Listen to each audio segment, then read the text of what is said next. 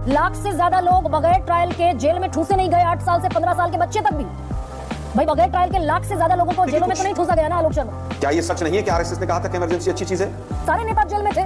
राजनाथ सिंह की माताजी का देहांत हो गया, उन्हें पैरोल नहीं मिली, जेल में सड़ते रहे। हिंदुस्तान का मीडिया 50 चिट्ठी पत्रकार मिलकर एक चिट्ठी नहीं लिख सकते हैं कि देश के प्रधानमंत्री को प्रेस कॉन्फ्रेंस करनी चाहिए कि 14-15 एंकर्स की 14-15 पत्रकारों की फेहरिस्त जारी कर देती है कांग्रेस, बॉयकॉट कर देती है। कम से कम मतलब ये भी सेंसरशिप भी लगा दी ना आपने पत्रकारों को। मतलब पत्रकार भी आपके हिसाब से सवाल पूछे, कहिए आप लोकतंत्र का काला अध्याय था इमरजेंसी। एक सेकंड, ये अनियन पीलिंग करने के बजाय बाकायदा दम ठोक कर कह दीजिए it was a black spot on Indian democracy. उस तरह के हालात जो हुए, इंदिरा गांधी जी ने सही कदम लिया। बिल्कुल आलोक शर्मा ने आज सबसे बड़ा सवाल में कह दी emergency was a right decision.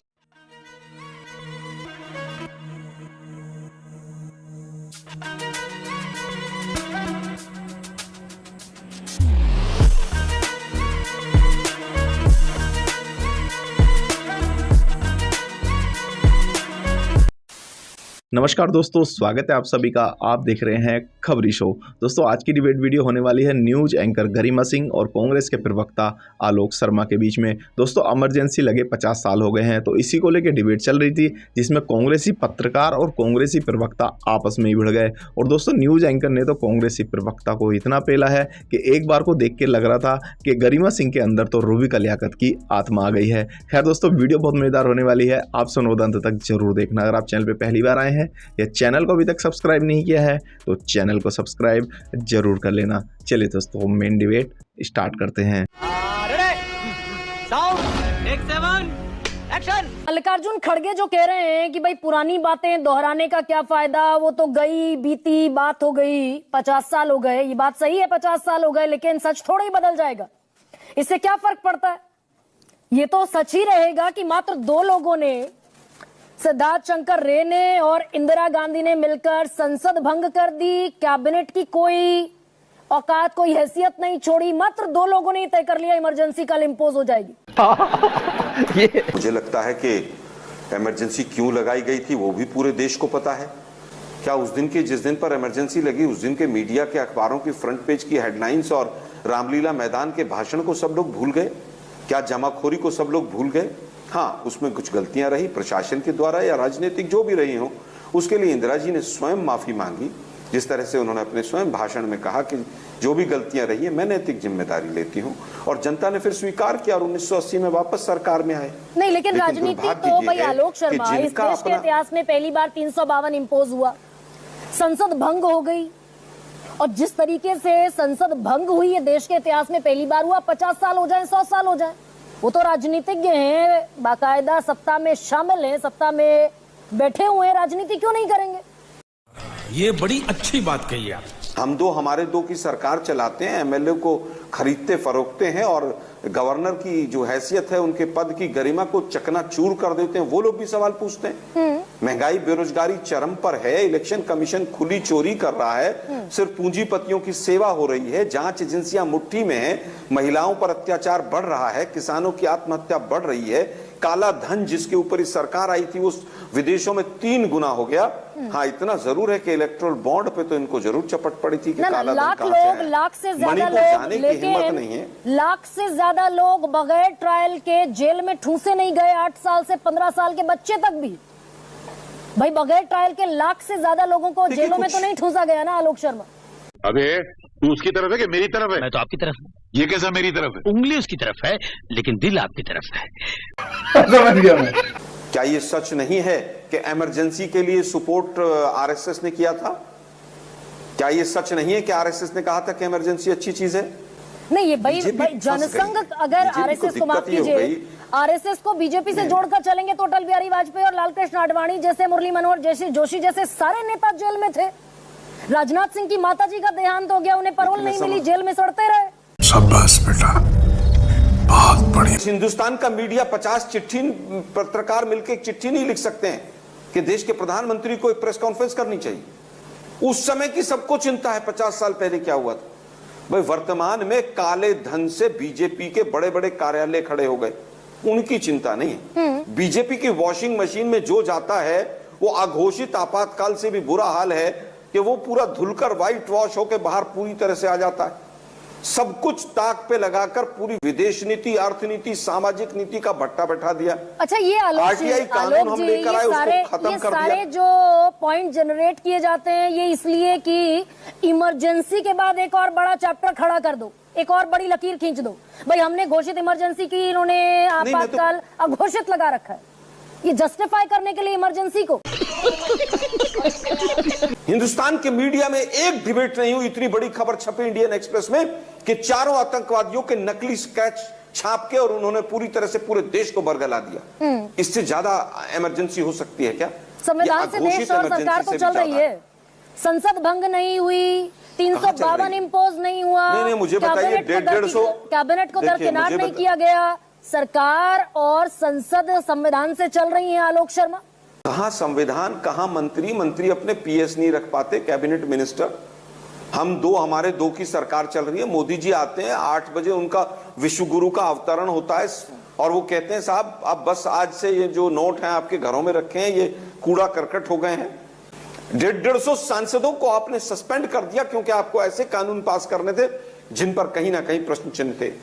Election commission Maharashtra में सरेआम चोरी करता है और उसके बाद क्या कहता है कि अब कोई भी जो सरकार कहती है कि अब कोई भी जो है वीडियो फुटेज और इस तरह की चीजें नहीं दी जाएंगी। चल बस, रुलाएगा क्या? तो ये भी है कि 14-15 एंकर्स की, 14-15 पत्रकारों की फेहरिस्त जारी कर देती है कांग्रेस, बॉयकॉट कर देती है। देखिए, दिक्कत यह है कि पत्रकार जब पत्रकारिता का काम नहीं करेंगे और चाटुकारिता करेंगे और भाट और चारणों से भी आगे निकल जाएंगे, तो हमने हाथ जोड़ा, कहा कि भाई आप ये हिंदू मुसलमान फैलाते हैं, इससे हमें बकसिए कम से कम। मतलब ये भी सेंसरशिप ही लगा दिया आपने पत्रकारों को। किया हमने, मतलब उनके ऊपर बैन नहीं किया। आपके हिसाब से सवाल पूछे। पत्रकार का काम, लोकतंत्र के चौथे स्तंभ का काम 11 साल बाद भी विपक्ष से हो, दुर्भाग्यपूर्ण है। सरकार से सवाल होना चाहिए। मैंने अपनी आंखों से, अपने कानों से सुना है गेस्ट कोऑर्डिनेटर को यह कहते हुए कि गेस्ट मुसलमान होना चाहिए और दाढ़ी वाला होना चाहिए और टोपी वाला होना चाहिए, तभी हिंदू मुसलमान होगा इस डिबेट में। जब पत्रकारिता इस लेवल पर सड़ने लगे तो स्वाभाविक है कि हमें सवाल उठाने का पूरा अधिकार है। तो फिर बीजेपी को भी अधिकार ना, एक सेकंड आलोक शर्मा, तो बीजेपी को यह अधिकार क्यों ना हो जिस वक्त एडिटोरियल खाली छोड़ दिए गए, इंडियन एक्सप्रेस ने एडिटोरियल खाली छोड़ दिया, अमर उजाला ने एडिटोरियल खाली छोड़ दिया, सारे अखबार जिस वक्त अखबारों के एडिटोरियल खाली छोड़ रहे थे, तो बीजेपी सवाल क्यों ना पूछे? भाई वाह क्या सीन है। देखिए, कहिए आप लोकतंत्र का काला अध्याय था emergency, that was a big spot, big black spot. Garima ji मैं 2013 11-12 से मैं टीवी डिबेट्स में बैठता हूं। हमसे 2G पर क्या, कोलगेट पर क्या, निर्भया पर हमसे तीखे से तीखे सवाल पूछे गए। आज किसी की हिम्मत है कि जो मोदी जी से सवाल पूछ ले?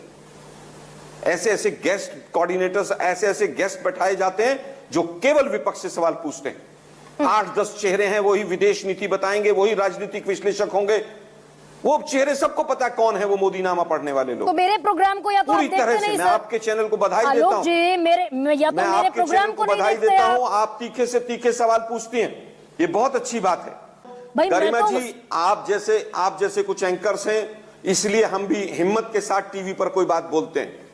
मैं तो पूछना चाहता हूं, मोदी जी, चारों आतंकवादी कहीं किसी बीजेपी के लीडर के घर से तो नहीं निकलेंगे?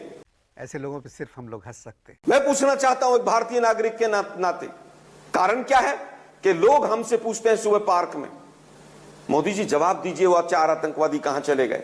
काला अध्याय, काला ये, अरे काला धन भी तो आना था भाई, वो काला धन कहां चला गया? इस पर तो इनसे ना बैठे आलोक जी, 3 गुना काला धन बढ़ गया। किसी ने हल्ला बोल किया हो तो आप मुझे बता दीजिए।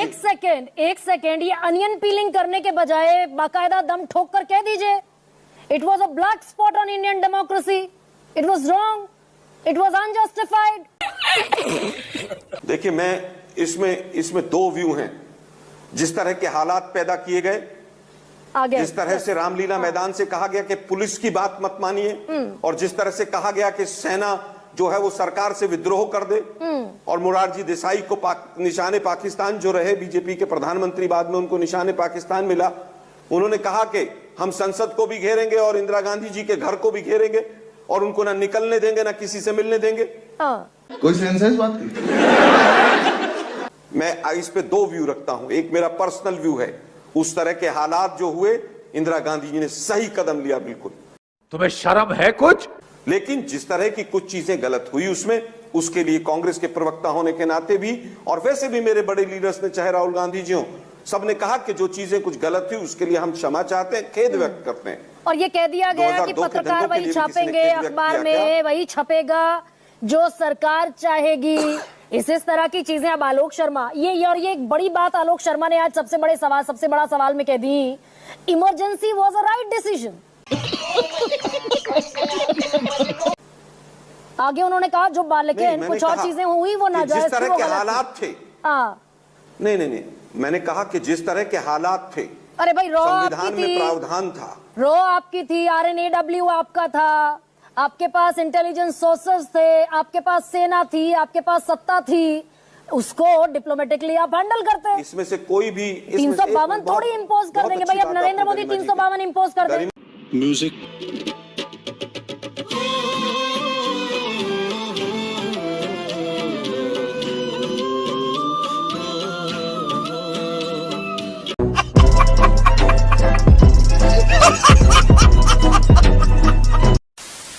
तो दोस्तों इस वीडियो में इतना ही। अगर आपने वीडियो अंत तक देखी है तो उम्मीद करता हूँ आपको वीडियो पसंद आई होगी। वीडियो के बारे में आपकी जो भी कोई राय है कमेंट्स करके ज़रूर बताएं। वीडियो को अंत तक देखने के लिए आप सभी का बहुत बहुत धन्यवाद। ऐसी ही मज़ेदार वीडियो देखने के लिए चैनल को सब्सक्राइब करना बिल्कुल ना भूलें। चलिए दोस्तों मिलते हैं जल्द अगली वीडियो में, तब तक के लिए जय हिंद, वंदे मातरम।